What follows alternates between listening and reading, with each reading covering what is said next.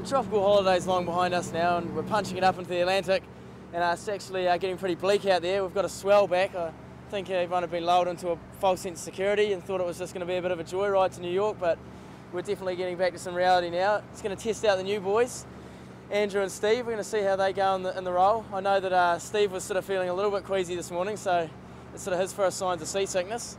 But we haven't got long to go to New York, so I'm sure it's going to be welcome to get back into those calm waters in the harbour before we get back into the Atlantic for the real test, punching it over to London. Yeah, the alehouse has been up since we left the Bahamas, but it's starting to show a bit of signs of weathering now. We've got a few leaks, so we're going to have to get in there and try and patch those up. The doors are sort of jamming shut a wee bit due to a bit of flexing, so it's holding together, but it's definitely taking a fair amount of punishment. So hopefully we get it to New York in one piece for all the New Yorkies to have a wee look at. It's not even working! This is the pits. This is like the worst thing ever. It's like pretty troppy, swelly seas. It's raining.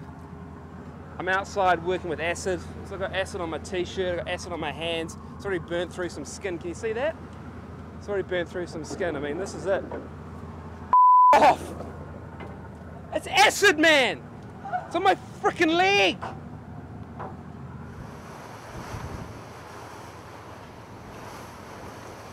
Yeah, fair to say, I woke up this morning feeling a little bit worse for wear. Getting used to the rocking motion of the boat. Yeah, there was a quick detour to the toilet there for a second. Thought things were going to come up, but no, hold on to it so far. I reckon the best one to do is just suck it up and get out there and do a bit of work and take your mind off it for a bit. Definitely was a little bit naive coming onto the boat, that's for sure. Having a few days in Bahamas, and first day having a sort of pretty calm sort of a day as well. But yeah, apparently they tell me this is not even the worst of it, so it's more to come. It's good to hear.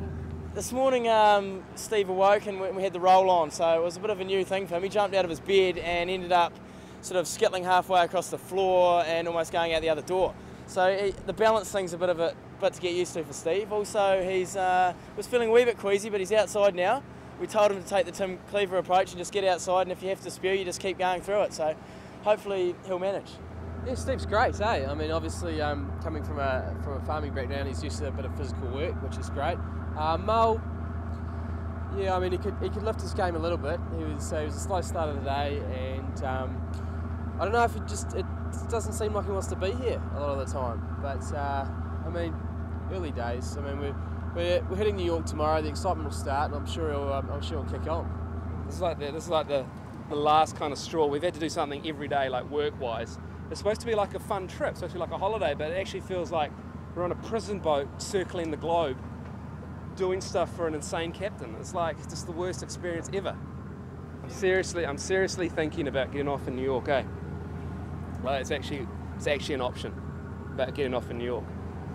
I'm just not really enjoying it, and the guys are alright, but you know, just because they've been there since the start, it's like I've come on and I'm sort of new. And it's just not what I want to do. Seriously, I just want to go home, kind of.